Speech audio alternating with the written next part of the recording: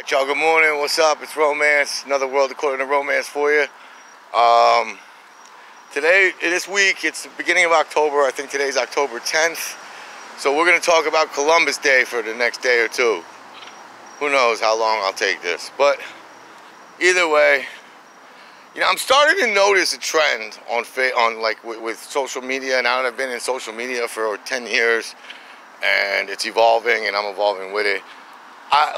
If you're in our culture right now in this country, if you're white and you're racist, people at least call you out and they say you're racist.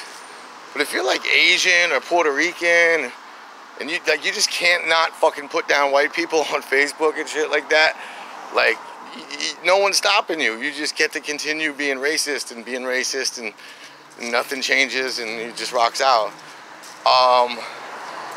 And it's almost like there's certain things in our culture that are like just bleed, that are just road apples for people to bitch. You know, if you love to bitch about how fucking racist white people are, there's like certain things, certain subjects you can just rock out with, okay? Well, Columbus Day is one of them. So I thought I'd touch a little bit on Columbus Day, because a lot of people are saying, this is starting to get twisted. It's starting to turn into, it kind of was already a holiday of hate, and then it turned into reverse hate, but we're going to get into that on the show. Now, first off, I do not have a lot of stuff ready for actual Columbus. I do have a lot in my head, but I don't have them. When I give it on the internet, I like it to be exact and fact and not half-assed in my brain. So I like to make sure I'm right on everything. I haven't done that yet for Columbus. I went to do some research last night. I fell asleep, and I got to get this straight before I talk about it. I know this much about Columbus. Columbus definitely was a white man. He wasn't only white, but he was blonde, and he did have blue eyes and blonde hair. He came from the city of Genoa, which is in northwest Italy. It is a sailing town, and he became a sailor at a young age. His father was a sailor, his brothers were sailors. He got to see on the other side, it's basically, Genoa is like Italy's a boot. Right where the boot attaches to Europe, on the left side of the boot, that's where Genoa is. And if you go all the way around Italy to the right side of the boot, where Italy attaches to Europe, that is a city called Venice. It's a great city. You've seen it in the Madonna Like a Virgin video. Yes, that is Venice. She is gyrating all through the town of. That's the town where the streets are water. And that was a great, for the last 1,000 or 800 years or something like that before Columbus, but this day when he got there, I mean, that was the place to be. Venice was the shit. I would love to see it now, but I would have loved to see it back then. So he got to take all these trips. He did go to Ireland in his youth. He went apparently to Iceland. He traveled the North Atlantic. He went to England, Holland, and he got his share of. He apprenticed for a Portuguese sailor. Now, until Columbus comes along, Spain ain't shit in the sailing game. It's all Portugal at this point. Portugal it's a little tiny country, but they got the best navigators and the best explorers. And the reason why is they're on the western edge of Europe. Everybody wants to get to China, which is in the east. Well, to get there, the Portuguese know they have to go around the southern tip of Africa. But that's a bitch, and it's long, and it's expensive. And basically, since the ancient Romans, the idea of Oceania, Oceanus, we just say the word ocean, and it just kind of rips off our tongue in American, but this was a very mysterious, powerful word all throughout the Latin world, from ancient Rome up right until Columbus's day. Everyone was just afraid. They just assumed that was the edge of the world. There was nothing beyond that. And I think it was when Columbus was in Iceland, probably, that he started seeing, like, the world's not a flat 4x4. It's not two-dimensional, it's three-dimensional, and it curves, it's rounded.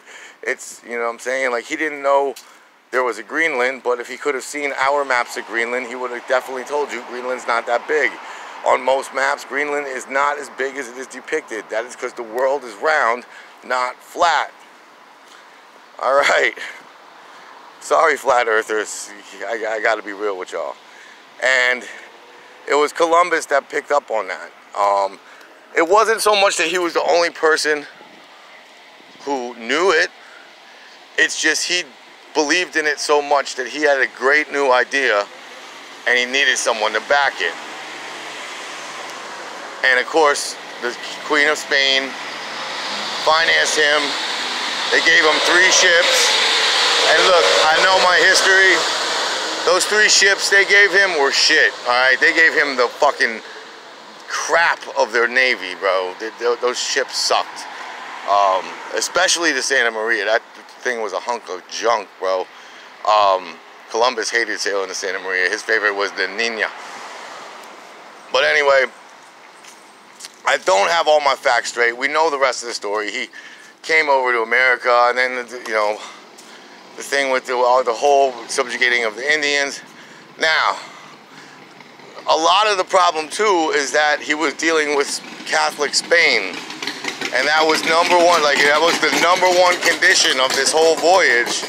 Is that, look, we'll give you these ships. We'll give you these 3 pieces of shit from our navy, and you better bring us back millions and millions of new Catholics.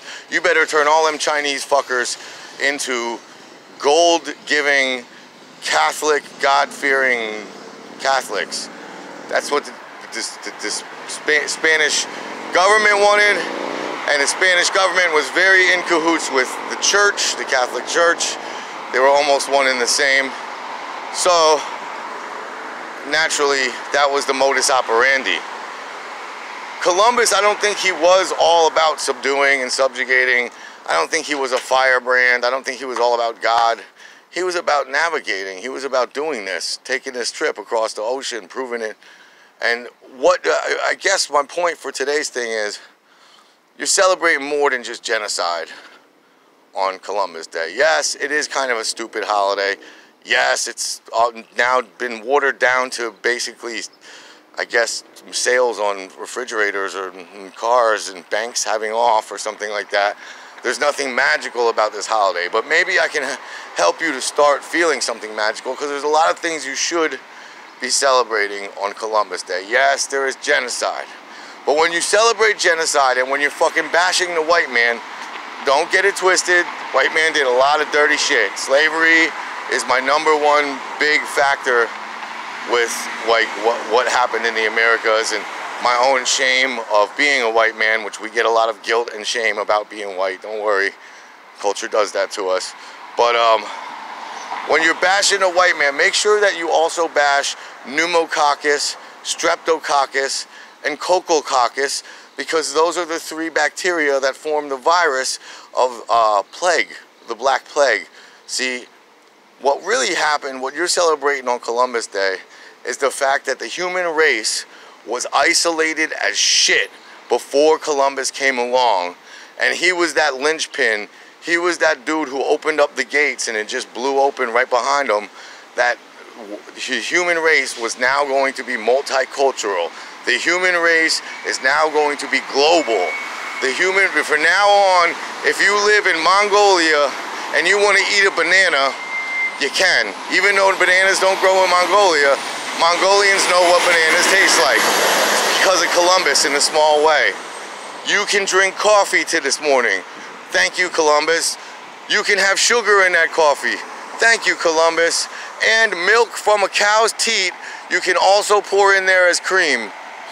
And it'll all be in your cups of coffee, all conveniently on your table. They've all traveled thousands of different miles in different directions to get to you, and you have it because of Columbus. That is the Columbian exchange. Now, we did exchange disease.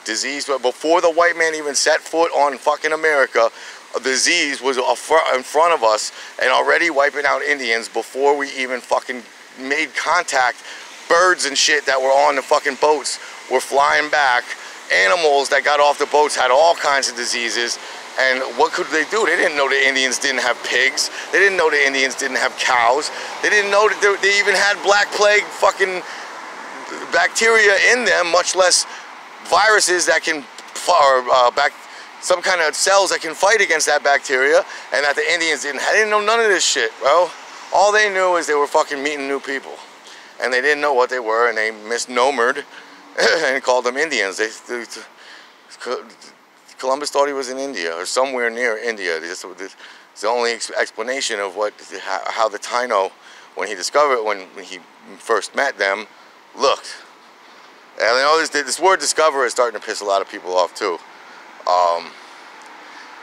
Discover can be offensive, I guess. It depends whose perspective you're on, because you know what I'm saying. I'm getting way ahead of myself. Whatever. All right. When you're celebrating, or not celebrating, when you're hating on or loving Columbus Day, what you should be celebrating is globalization, is the end of isolationism. And though it happened 500 years ago and its effects are hard to tell right now, it still exists. And with the Columbian Exchange, you don't have just things going one way. It wasn't the Europeans just bringing disease and plague and everything else to the Americas, and cows and pigs and shit. That we got turkey out of the deal. We got potato out of the deal. Pretty much everything on your Thanksgiving plates, beans, squash, carrot, all that shit is what in America during the Columbian Exchange, strangely enough. And a lot of, like, you know, I do, as a white man, I do really, as a white man in America, you get told over and over and over how much of an asshole you are because you're a white man in America and we stole land from the Indians. Now, I did not personally ever see an Indian, never owned a gun, and never took any land from anyone. I'm broke is no joke. So the fact that I hear this over and over, it starts getting in your fucking head. Like, you're never going to hear, because the white man he brought slavery, he brought, you know, genocide on the Indian.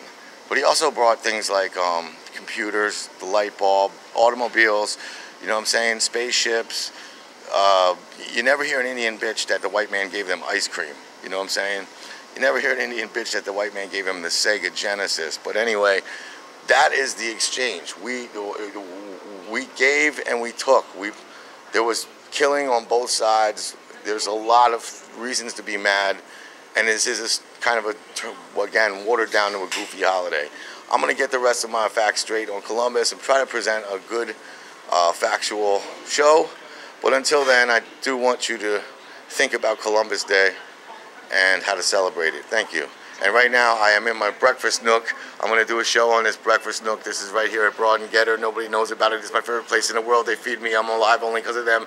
Thank you, girls. Have a good day, guys.